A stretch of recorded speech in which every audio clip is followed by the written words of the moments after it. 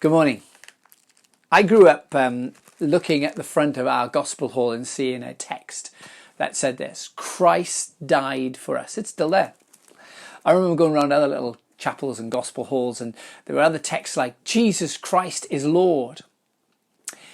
As we read the accounts of Easter and saw Thomas's encounter with the risen Jesus, the words of Thomas ring in our ears: my Lord and my God.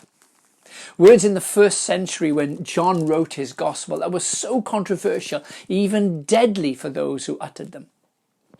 Interestingly, John starts his book of Revelation and he recounts the fact that he's on the island of Patmos, exiled because of the word of God and the testimony of Jesus. You see, Christians were being persecuted because they would not say Caesar is Lord. They had a new king. They had a new authority. In John chapter 5, Jesus has healed a lame man, but he's immediately in trouble because he's healed him on the Sabbath. Jesus says, in response to the Jewish leaders who are questioning him, my Father is always at his work to this very day, and I too am working. Aren't we glad of that? It's creating, recreating, transforming work. But the Jewish leaders, they knew what he was saying. He was calling God his Father and making himself equal with God. Jesus says this: the Son only does what the Father does. It's all about authority. And Jesus is the authority to judge as well. By what authority? How dare you? Throughout the centuries, there have been people willing to accept Jesus as a great religious leader or a good person, but his claims to be God, really? For me as a Christian, it's absolutely crucial, because if Jesus isn't who he says he is, then why bother following him? It's interesting that all of our history dates back to his birth, his life and his death.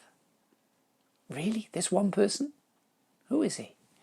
C.S. Lewis, who once described himself as the most dejected and reluctant convert of all of England, says this: I'm trying to prevent anyone saying the really foolish thing that people often say about him. I'm ready to accept Jesus as a great moral teacher, but I don't accept his claim to be God. Lewis says this: that is the one thing we must not say. A man who was merely a man and said the sort of things that Jesus said would not be a great moral teacher. He would either be a lunatic, on level with a man who says he's a poached egg, or else he would be the devil of hell. You must make your choice. Either this man was and is the Son of God, or else a madman or something worse. You can shut him up for a fool, you could spit at him and kill him as a demon, or you can fall at his feet and call him Lord and God. The words of Thomas.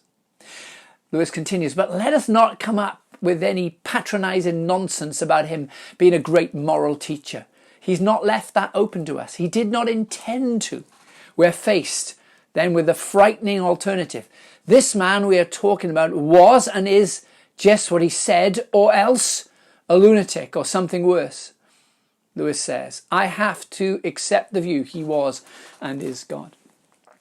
C.T. Studd was a missionary to China, India and Africa, and he once said these words: if Jesus Christ be God and died for me, then there is no sacrifice too great that I can make for him.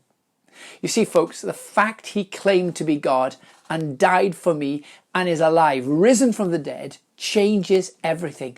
That is good news. That is gospel. Jesus Christ is Lord. I wonder if you know him.